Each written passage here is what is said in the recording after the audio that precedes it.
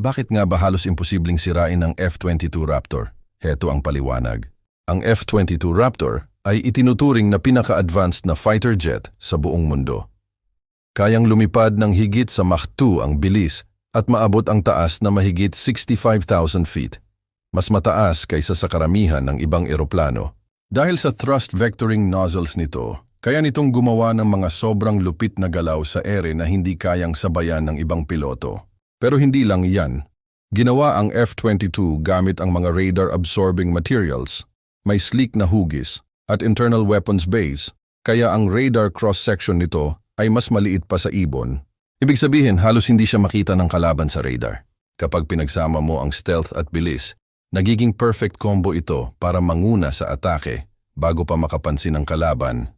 Pero ang tunay na lakas ng F-22 ay nasa avionics nito. Mayroon itong napaka-advanced na radar na kayang mag-track ng maraming target sa malalayong distansya. Ang mga sensor nito ay nagbibigay ng real-time na situational awareness sa piloto. Alam niya agad kung nasaan ang kalaban at kaya niya itong umatake bago pa makapag-react ang target. Kaya naman sa ere, F-22 Raptor ang tunay na hari. Salamat sa panonood.